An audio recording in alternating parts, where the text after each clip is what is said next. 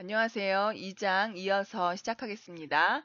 우리가 앞서 변수와 상수 배웠었죠? 네, 이제 구체적으로 변수와 상수가 프로그램 코드에서 사용되기 위해서 우리가 알아둬야 하는 사항을 이어서 한번 시작하겠습니다. 변수, 우리 앞에서 변수는 저장 장소다라고 얘기했고, 상수라고 하는 것은 변수에 저장되는 그 대상, 저장 값을 얘기했었죠?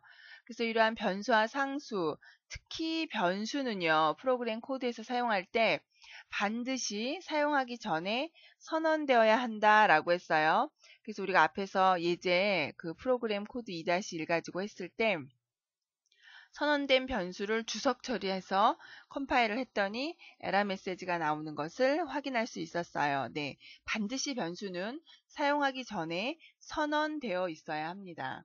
그리고 상수는 두 가지 형태로 우리가 쓸 수 있는데 변수에 저장되는 그 값, 저장되는 형태로 쓰일 수가 있고요. 또는 프로그램 코드 내에서 직접 표기할 수 있습니다. 우리 앞에서 우리가 KOR이라고 하는 변수를 사용했어요. 그래서 KOR이라고 하는 변수에 값을 대입했죠. 네, 이렇게 100이라고 썼어요. 바로 변수에 저장된 상수가 되는 거죠. 다음 프로그램 코드에서 직접 표기한 경우에는 우리가 평균 구할 때 나누기 3 이렇게 했잖아요. 그쵸? 예, 이러한 형태를 얘기를 합니다. 그래서 어떤 것인지 간에 하여튼 우리 상수 저장 대상을 의미한다. 그래서 이러한 상수는 어떠한 형태가 있는가를 살펴봤더니요. 예, 숫자 형태의 상수가 있고 문자 형태의 상수가 있습니다. 숫자 형태의 상수는 소수점이 없는 이러한 정수 형태의 상수가 있고요. 그리고 소수점이 있는 이러한 상수가 있습니다. 그럼 소수점이 있는 상수는 여기 봤더니 플로트 더블이라고 되어 있죠. 우리 이제 뒤에 가서 C++의 기본 자료형을 배울 텐데 소수점이 없는 자료형은 정수형이라고 이제 고정이 되어 있고요. 소수점이 있는 자료형은 두 가지 형태로 플로트하고 더블로 나뉘어집니다. 이거는 이제 자료의 표현 범위를 배우면서 우리가 다시 한 번 더 얘기할 건데 그냥 흔히 더블이라고 생각하시면 돼요. 소수점 이하가 있는 값은 더블 형태이다 라고 생각하시면 우선 다루기가 좀 편할 거예요. 그 다음에 문자 형태. 문자 형태는 문자 하나하나인 그 낮자인 경우에는 이렇게 헛다운표를 찍어주죠. 네, 헛다운표를 찍어서 표현한 게 바로 문자 상수입니다. 근데 우리가 문자들이 모여서 문자열을 만들어요. 문자열이라고 하는 것은 문자들이 연속적으로 있는 형태예요. 그래서 이런 식으로. 그래서 문자하고 문자열의 차이는 대표적으로 문자는 헛다운표였잖아요. 예, 문자열은 쌍따옴표예요. 그리고 내가 문자열로 표현하려고 하는 문자들을 이렇게 쭉 나열하고 역시 쌍따옴표로 이렇게 막아줘야 합니다. 그래서 상수는 숫자 형태, 소수점이 없거나 소수점이 있거나 그 다음에 문자 형태, 난문자 하나하나 또는 문자열이 모여져 있는 형태. 그런데 난문자인 경우에는 뭐로? 헛다운표로 구별한다, 표시를 해준다. 문자열은 쌍따옴표로 이렇게 표시를 해준다라고 하는 거 기억해 두세요. 그래서 우리가 앞에서 입력했던 그 예제 소스를 한번 다시 일로 가져와 봤습니다. 우리가 앞에서 변수, 상수, 예약어 구별해 보자 라고 했죠. 네, 예약어는 파란색으로 이렇게 표시했어요. 얘가 바로 예약어죠. int, float, 여기도 float라고 썼어요. 요 앞에서 사용한 요 두 개는 변수를 선언한 거라고 그랬죠. 제가 지금 여기 그 핫핑크로 표시해 놓은 요 색깔의 그 문자들, 요게 바로 변수지요. 예, 내가 지금 여기서 그리고 여기서도 사용했네요. sum, average 이렇게 사용한 변수들은 사용하기 전에 반드시 선언되어 있어야 돼요. 이 두 개의 문장이 선언문입니다. 이제 뒤에 가서 또 역시 다시 배울 텐데 선언할 때는 이렇게 앞에다가 해당 변수에 어떠한 값이 들어갈 것인가 자료형을 명시를 해줘야 돼요. 여기서도 자료형을 이렇게 명시를 해줘야지만 average라고 하는 기억 장소에 들어가는 상수, 그 상수가 어떤 형태인가에 따라서 컴퓨터 내부에서 처리하는 방법이 달라져요. 그래서 아이고 요 형태에 따라서 내부적인 처리 방식이 결정이 되는 겁니다. 그리고 이제 이렇게 상수값들을 입력했어요. 상수값을 변수에다가 할당을 해준 거죠. 여기서는 상수를 그대로 사용했죠. 3이라고 하는 값 자체를 수식에서 써서 그 결과값을 여기다 넣어달라라고 했습니다. 그리고는 이제 cout이라고 하는 우리 출력 객체를 통해서 모니터에다가 결과를 출력해줬죠. 우리 앞에서 봤어요. 이러한 상수, 쌍따옴표로 되어 있으니까 문자열 상수죠. cout에 문자열 상수가 쓰여져 있으면은 그대로 화면에 출력이 됐고요.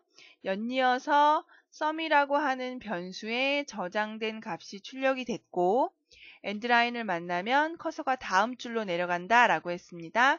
그리고 역시 평균 쌍따옴표로 이렇게 문자열 상수로 표시되어 있죠. 예, 문자열 상수였습니다. 화면에 그대로 표시되고 average라고 하는 변수에 저장된 값이 출력이 되고 커서가 다음 줄로 내려가는 것을 확인할 수가 있습니다. 그래서 우리가 이제 이 프로그램 코드를 가지고 그럼 C++의 기본 문법, 왼쪽에는 변수가 오네요. 그쵸? 는 하고 오른쪽엔 지금 상수가 왔네요.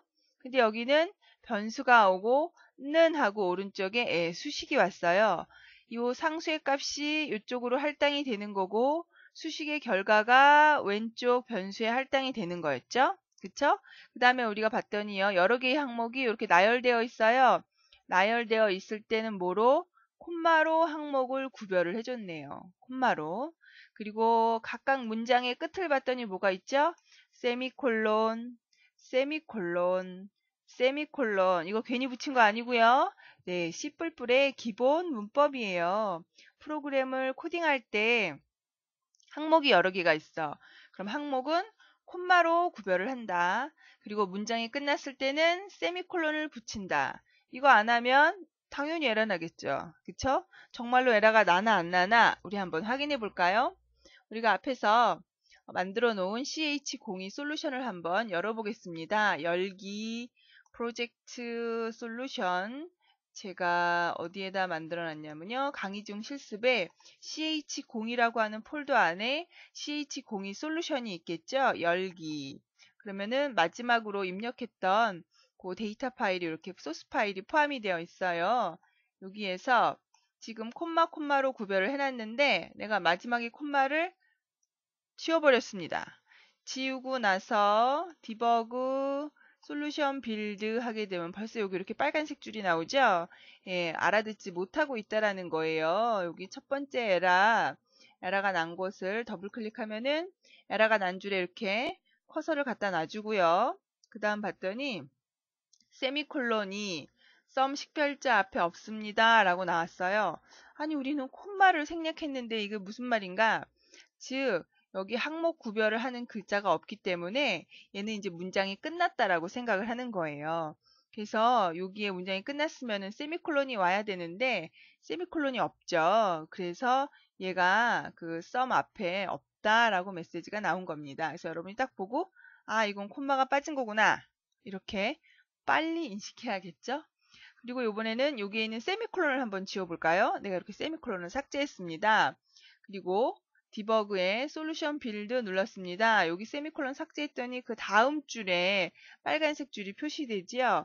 에러 메시지를 더블 클릭하면은 이 줄에서 에러 메시지가 났어요. 근데 뭐라고 나왔냐면 세미콜론이 메스 식별자 앞에 없습니다.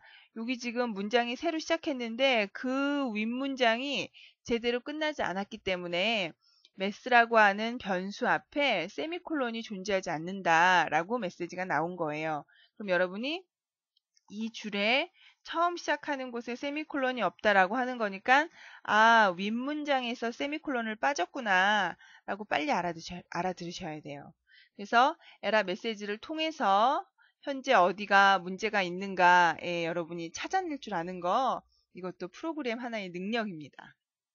그 다음 우리가 그러면은 앞에서 이제 프로그램에서 우리가 변수와 상수가 필요한데 문제의 분석을 통해서 어떠한 변수가 필요한가 식별해내야 된다라고 했잖아요. 예, 그래서 여기서 한 번 더 이제 하고 있는 거예요. 문제 분석을 통해서 변수와 상수를 한 번 더 찾아보자 라는 거예요.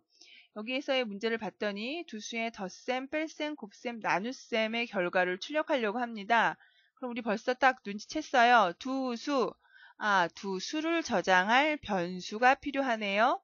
덧셈을 할 거예요. 두 수를. 덧셈의 결과가 나오겠네요. 뺄셈, 역시 뺄셈의 결과가 나오고, 곱셈도 곱셈의 결과, 나눗셈의 결과 이렇게 나오겠죠? 네, 각각의 두 수하고 사칙 연산의 결과가 나오겠네요. 그럼 총 몇 개의 변수가 필요한가? 우리가 변수의 두 수와 사칙 연산의 결과를 모두 저장할 경우에는 6개가 필요하네요. 그렇죠? 그 다음에 또 다른 방법으로도 할 수 있어요. 우리가 이 연산의 결과를 출력하고 그리고는 더 이상 쓰지 않을 거야. 그러면 굳이 그 값을 유지하고 있을 필요는 없어요. 저장한다라고 하는 것은 여기에 있는 두 수가 한번 저장되면은 덧셈에서도 쓰일 거고 뺄셈에서도 쓰일 거고 곱셈, 나눗셈에서도 쓰일 거잖아요. 그러니까 두 수는 반드시 저장이 되어 있어야 돼요. 즉 유지되어야 되는 거죠. 그런데 덧셈 한번 하고 덧셈의 결과는 그 이후에 쓰이지 않아요. 그럴 때는 그냥 출력해버리고 말아도 돼요. 그래서 변수에 두 수를 저장한 다음에 사칙 연산의 결과는 저장하지 않고 그대로 출력하는 경우, 이런 형식으로도 프로그램을 작성할 수가 있습니다. 그럴 경우에는 변수가 2개만 있으면 된다라는 거죠. 그래서 이러한 형태로 한번 프로그램을 작성해 보자라는 거예요. 그래서 먼저 첫 번째 형태대로 6개의 변수를 선언해야 된다라고 하게 되면은 변수를 다 선언한 다음에 선언해주고 6개요. 두 수를 선언한 변수에 이제 값을 우리가 넣어줘야겠죠. 두 수를 결정해주고 덧셈을 해서 덧셈 결과에 저장할 변수에다 할당을 해주는 거예요. 우리가 앞에서 썸이라 함은 KOR 더하기 MATH 더하기 ENG, 국어, 수학, 영어 각각 변수에 저장된 값을 더해서 썸에 넣으라고 그랬잖아요. 예, 마찬가지로 이러한 수식 형태로 덧셈 결과, 뺄셈 결과, 곱셈 결과, 나눗셈 결과를 각각 변수에다가 할당하는 수식을 넣어주고 그 값을 덧셈이 저장된 변수를 cout하고 뺄셈의 결과가 저장된 변수를 cout하고 이렇게 해주면 되는 거예요. 그러면은 2개의 변수를 선언했을 때는 어떻게 하는가? 우리 예제소스 2-2에 있거든요. 요거 한번 직접 입력해서 한번 프로그램 코드를 확인해 봅시다. 원래 있는 소스 파일 선택해서 델리트 눌러서 프로젝트에서 제거해 주시고요. 소스 파일 추가 새 항목 그래서 C++ 파일 위치 맞죠? ch02 솔루션 밑에 ch02 프로젝트에 ch02 언더바 ex01이라는 이름으로 우리가 예제소스 2-2에 있는 내용을 입력합니다. 우리 예제소스 2-2에 있는 내용이 이거예요. 제가 한번 그대로 복사해서 여러분한테 보여주려고 미리 다 입력을 해놨어요. 변수를 2개만 선언한다라고 했죠? 그래서 이렇게 2개를 선언했어요. 2개의 변수를 선언했습니다. 그리고 이제 입력을 봤는데 우리 cout이라고 하는 것은 화면에다 출력해 주는 거잖아요. ce는 우리 키보드에서 입력한 내용을 요 지정된 변수에다가 값을 넣어주는 거예요. 그래서 cout 하게 되면은 요 내용이 이쪽 방향으로 갑니다. 어디로? 모니터로. 얘는 키보드에서 입력한 내용이 이쪽 방향으로 갑니다. 어디로? 이 변수로. 이 내용이 어렵다라고 하면은 이제 계속해서 사용하다 보면 여러분이 쉬워질 거예요. 우선 주석체를 한번 해보고 변수로 값을 그냥 한번 할당해 볼게요. 앞에서 우리 했던 것처럼 영어로 바꿔주고요. num1은 내가 만약에 100이라고 했고 num2는 30이라고 했어요. 그러면은 이렇게 이제 100이라고 하는 값이 num1에 할당이 되는 거고 30이라고 하는 값이 num2에 할당이 되는 거죠. 이렇게 쓰게 되면은 항상 100과 30이 할당이 돼서 프로그램이 돌아가는 거예요. 그래서 cout 출력을 하라고 그랬어요. 그러면은 num1 변수죠. num1에 저장된 값 여기 지금 쌍따옴표 치고 나왔네요. 문자열 화면에 그대로 나오죠. num2 변수죠. 예, num2에 저장된 값 30이 출력이 되겠죠. 쌍따옴표는 쌍따옴표의 문자열 상수니까 화면에 그대로 나옵니다. 그리고 num1 플러스 num2 수식이 있죠. 네, 수식 결과값이 출력이 돼요. 100과 num1에 저장된 100과 num2에 저장된 30이 더한 결과가 출력이 되는 거고 엔드라인 커서가 다음 줄로 내려갑니다. 그래서 다음 줄에 내려가서는 다시 num1에 저장된 값 그리고 이건 화면에 그대로 나오죠. 뺄셈 num2에 저장된 값은 그대로 나오고 그리고 num1에서 num2를 뺀 수식의 결과값이 나옵니다. 예, 수식의 결과값이 나오는 거예요. 한번 컴파일 해보고 솔루션 빌드 제가 너무 화면을 내려가지고 안 보이네요. 예, 됐지요? 컨트롤 F5를 눌러보겠습니다. 그러면은 결과값이 이렇게 나오고 있어요. 100하고 30으로 했기 때문에 여기 Cout 순서대로 출력이 되는 걸 확인할 수 있습니다. 처음에 100, num1에 100이 들어가 있고 플러스 num2에 30 들어가 있죠. 그리고 두 개의 수식의 결과 num1 플러스 num2 수식의 결과는 130. 그 다음에 num1 마이너스 num2 100 빼기 30은 70이고요. 그 다음에 num1 곱하기 num2 30은 이렇게 3000이라고 나왔죠. 그 다음에 num1 나누기 num2 100 나누기 30을 하면요. 우리가 보통 이제 100 나누기 30 하게 되면 소수점 이하 자릿수 생각하잖아요. 그런데 컴퓨터에서는 100하고 30이 인티저, 정수였죠. 우리가 정수는 소수점이 없는, 처리하지 않는 형태라고 했어요.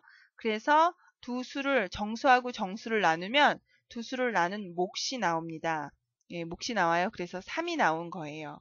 요거는 이제 100하고 30이 이렇게 고정되어 있을 때고요. 내가 만약에 얘를 주석 처리하고 얘 주석을 풀어줬어요. 이렇게 풀어줬습니다. 그러면 Cout은 화면에 그대로 나오는 거죠. 그리고 C는 우리가 입력하는 거예요. 그래서 화면에 정수 입력 여기까지 그대로 나오고요. 옆에서 커서가 깜빡깜빡거립니다. 왜? C인 키보드를 입력해 달라고 하는 거예요. 그럼 그때 입력한 값이 어디로 간다고요? num1으로 갑니다. 정말로 그런가? 한번 볼까요? 컴파일 다시 하고요. 컨트롤 F5 눌러서 실행하면은 정수 2를 입력하라고 했습니다. 그래서 내가 이번에는 200이라고 입력했어요. 입력하고 나서 엔터를 쳐야지만 컴퓨터가 아 입력했구나 라고 알아들어요. 엔터 쳤습니다. 그랬더니 num1의 값을 200으로 알아들은 거고요. 그 다음이 실행된 거예요. 그래서 정수 2 입력이라고 화면에 나왔죠. 그리고 커서가 깜빡되는 이유는 다시 Cin이 있기 때문에 두 번째 값을 입력해 달라라는 겁니다. 그럼 두 번째 값을 내가 이번에는 37이라고 입력했어요. 그리고 엔터를 딱 쳤습니다. 그러면 num1에 200, num2에 37, 두 수를 가지고 사칙 연산한 거. 200 더하기 37은 237, 200 빼기 37은 163 이렇게 순서대로 나오는 거 알 수 있죠? 역시 나누기에서도 200 나누기 37을 했을 때의 목은 5예요. 그래서 5가 딱 나오는 걸 알 수 있습니다. 그냥 이렇게 문장으로 상수값을 할당하게 되면은 해당 상수값이 고정되잖아요. num1에는 항상 100, num2에는 30. 그런데 직접 키보드로 입력하니까 우리가 실행할 때마다 내가 실행할 때 어떠한 값을 입력하느냐에 따라서 내가 이번에는 이렇게 쓰고 이렇게 썼어요. 그럼 입력할 때마다 변수에 저장되는 값이 달라지기 때문에 다양한 상황에 대한 결과값을 확인해 볼 수 있죠. 예, 그래서 이러한 형태로도 역시 쓸 수 있다라는 겁니다. 그래서 우리가 변수 두 개를 사용을 했을 때에는 수식의 결과를 그대로 출력할 수 있다라는 거예요. 그러면 이렇게 6개로 했을 때는 어떻게 하는가? 예, 6개로 했을 때는요. 우리가 앞에서 여기 지금 두 개를 했잖아요. 그거 외에 그 결과값을 우리 지금 다 결과값이 정수로 나왔으니까 합이 들어가는 곳, 뺄셈의 결과가 들어가는 곳 이렇게 변수를 써주는 거예요. 이렇게 써줬어요. 그리고는 두 수를 입력한 다음에 입력하기도 전에 여기서 내가 sum은 num1 플러스 num2라고 했어요. 그러면 아이고 세미콜론 num1과 num2는 아직 값이 안 들어와 있죠. 값은 여기 와서 들어와 있죠. 이렇게 하게 되면은 예상치 않은 결과값이 sum에 들어갑니다. 그래서 순서에 맞게끔 항상 작업을 해줘야 돼요. 즉 변수를 선언하고 두 수의 값이 결정이 되면 그제서야 합을 구해줘야 된다라는 거죠. 그쵸? 그래서 여기에다가 직접 수식을 쓰는 게 아니고 이번에는 sum이라고 써주는 거예요. 그러면 두 수의 합이 여기에 나오는 거죠. 지금 컴파일을 하게 되면 어떻게 나오냐면 여기서 보면은 성공이라고 나왔는데요. 계속해서 메시지가 나왔었죠? 예, 메시지를 보면요. 워닝이라고 나왔어요. 예, 워닝은 경고예요. 프로그램 실행하는 데는 문제가 되지는 않을 수 있다. 그러나 코드에는 문제가 있다라는 거예요. 여기 봤더니 div가 참조되지 않은 지역 변수입니다. 더블 클릭해보면 여기 나오죠? 네, 지금 변수 선언했는데 제가 지금 sum은 밑에서 사용을 했고 나머지는 아직 사용하지 않았잖아요. 그래서 이러한 메시지가 각각 나온 거예요. 예, 프로그램은 실행됩니다. 현재는 sum에 대한 결과값이 여기 나오겠죠? 예, 그거 한번 확인해 보려고 제가 일부러 만들었어요. 그러면은 내가 첫 번째 숫자, 두 번째 숫자 결과 나오죠? 예, 여기 나왔을 때 575는 어디에 저장된 거? sum은 num1 플러스 num2에 의해서 sum에 저장된 값이 여기 sum이라고 썼으니까 sum에 저장된 변수 값이 출력이 된 거예요. 그래서 6개의 변수를 사용을 할 때는 그렇게 선언해주고 계산하고 그리고 cout을 해야 된다라고 하는 거 순서에 맞게끔 해줘야 합니다. 그래서 지금 우리가 앞에서 했던 거 코드를 이제 여기다 적어봤어요. 그래서 우리 프로그램 코드에서 실행 결과 화면에 그대로 출력된 내용은 무엇이었죠? 무엇이었냐면 이러한 문자열 상수 이것도 그대로 표시가 됐었죠? 문자열 상수 화면에 그대로 나왔습니다. 문자열 상수들은 cout에서 사용된 문자열 상수는 그대로 출력되더라 라는 거죠. 사용자가 입력한 값이 저장되는 곳은 어디인가? 바로 여기죠. 지금 키보드로 입력한 내용이 이쪽 방향으로 가서 num1에 저장이 된다. 사용자가 입력한 내용이 이쪽 방향으로 가서 num2에 저장이 된다 라고 했어요. 그 다음에 계산되어 화면에 출력된 값, 여기 출력된 값 14, 6, 40, 2가 어디서 계산됐죠? 예, num1에 저장되어 있는 값에다가 더하기 num2 해서 얼마가 나왔어요? 14. 왜냐면 여기서 우리가 10을 입력했네요. 10을 입력하고 여기서 4를 입력한 거죠? 여기서 봤더니 10하고 4를 입력했어요. 그래서 6은 두 수를 뺀 거, 곱셈한 결과 40, 나눈 것은 2가 나왔다라는 거죠.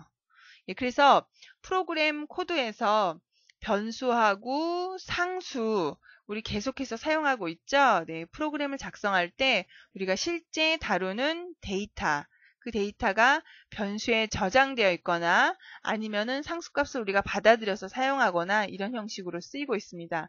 하여튼 변수의 값이 들어가야 된다. 데이터가 존재해야 되는 거예요. 다음 시간에 이어서 하겠습니다. 감사합니다.